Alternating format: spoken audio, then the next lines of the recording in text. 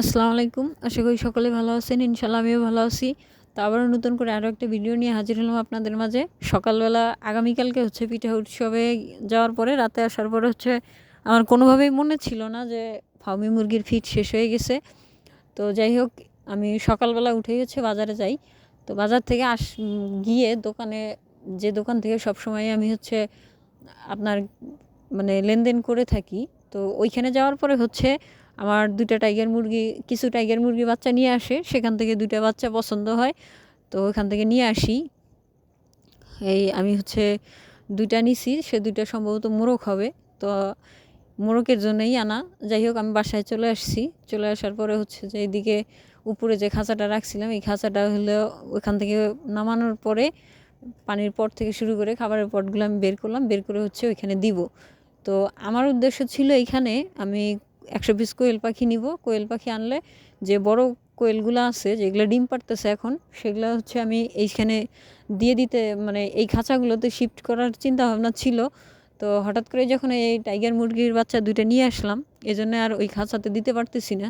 তো যাই হোক, আর ভাইয়াকে পাখি অর্ডার দেওয়ার পরেও ভাইয়া এখনও নিয়ে আসে নাই। এজন্যই হচ্ছে আমি চিন্তা করলাম যে যতদিন নিয়ে না আসে ততদিন মুরগি 2টো এখানেই থাক। হালকা পাতলা একটু বড় হইলে ওই সাইডে ফাঁকা জায়গা আছে, ওই ফাঁকা জায়গাতে রেখে দিব। আর না হলে ওই খাঁচাতেই রাখবো। তো যাই হোক, আমি খাঁচা বের করলাম, আর এদিকে মানে ফিটের বস্তাটা খুলেই রেখে চলে গেছিলাম, কোনোভাবে মনে ছিল না আমার।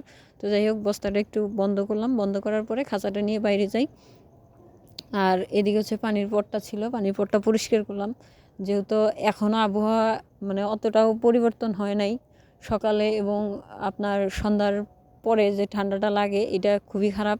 তো যাই হোক, আমি চিন্তা ভাবনা করলাম যে কোনোভাবে যেন ঠান্ডা না লাগে, এই দিকটা খেয়াল রেখেই হচ্ছে যে আমি মানে করার চিন্তা ভাবনা করলাম। আর এদিকে হলো বাহিরে রোদ, যেহেতু ভাইয়ার দোকানে একটু রোদের ভিতরেই ছিল, এই জন্য আমি এদেরকে একটু হালকা পাতলা রোদে রাখার চিন্তা ভাবনা করলাম। তো এই জন্যই হচ্ছে যে ওদের রোদে রাখবো, খাঁচাটা বাইরে নিয়ে গেলাম। আর এদিকে হচ্ছে যে ফাউমির খাবার শেষ হয়ে গেছিলো। তো এই ফাউমিকে আগে খাবার দিয়ে নেই, কারণ ওরা অনেকক্ষণ ধরেই না খাওয়া। কারণ খাবারের পটে একেবারেই খাবার ছিল না। এরা এখন খাবার দিলাম, খাবার দেওয়ার পরে দেখেন এরা খাবার খাচ্ছে, এবং উপরে যেটা ওটার একটু চোখের সমস্যা। তো যাই হোক, ওটাকে হচ্ছে যে আমি যদি ওদের সাথে দেই তাহলে দেখা যায় যে ওরা ঝগড়া করার কারণে, ঠোকরাঠুকরি করার কারণে হচ্ছে চোখটাতে আবার সমস্যা হয়ে যায়। তো এই জন্যই হচ্ছে আমি ওকে আর ওখানে দিলাম না। তো যাই হোক, আমি ওদেরকে খাবার দিলাম, দেওয়ার পরে হচ্ছে এদিকে আসলাম। আসার পরে মুরগিগুলো হচ্ছে পলিতে রাখছিলাম। তো পলিতে থাকার পরে এই পলি থেকে জানি কীভাবে বের হয়ে গেছে। তো ওদেরকে আবার ধরলাম, ধরে এনে হচ্ছে খাঁচা দিলাম।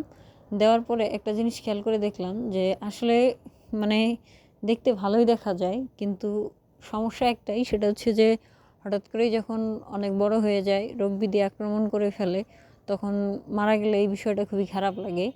তো যাই হোক, ওটা থাকবেই। রিজিকে না থাকলে ওটা করার কিচ্ছু নেই। রিজিকের মালিক হচ্ছে আল্লাহ তাআলা। তো যাই হোক, আমি ওদেরকে খাবার পানি সব কিছু দেওয়ার চেষ্টা করলাম। আর এদিকে হচ্ছে একটা বড় টাইগার মুরগি আছে। এটা হচ্ছে আপনার কি বলবো, এটা ছাগল আছে, ছাগলের সাথেই হচ্ছে রাতে থাকে, এবং ছাগল যে খাবারগুলো খায় ওই ছাগলের সাথেই অল টাইম হচ্ছে ছাগলের সাথেই থাকে ও। এই টাইগারটা হচ্ছে আপনার অনেক দিন হয়ে গেল ও ছাড়া থাকে, কারণ দিনের বেলা সারাদিন ঘোরাঘুরি করে উঠান দিয়েই, আর হচ্ছে যে রাতে আবার দেখা যায় ছাগলের সাথেই থাকে। তো যাই হোক, ওটা হচ্ছে যে আমি যখন এই বাচ্চাগুলোকে নিয়ে আসলাম, এদের দেখার পরে আবার দৌড়ে হচ্ছে এদের কাছে আসে। তো আসার পরে হচ্ছে যে ফিড খাওয়ার জন্য বিভিন্ন ধরনের চেষ্টা করে। তো আমি হাতে দিয়ে ফিড দেওয়ার চেষ্টা করলাম, খাইলো না।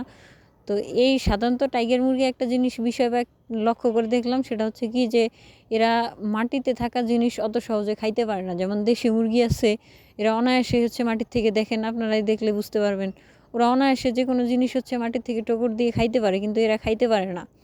তো যাই হোক, এদের ঠোঁটটা হয়তো চ্যাপ্টা হওয়ার কারণে এরকম হয়তো হতে পারে।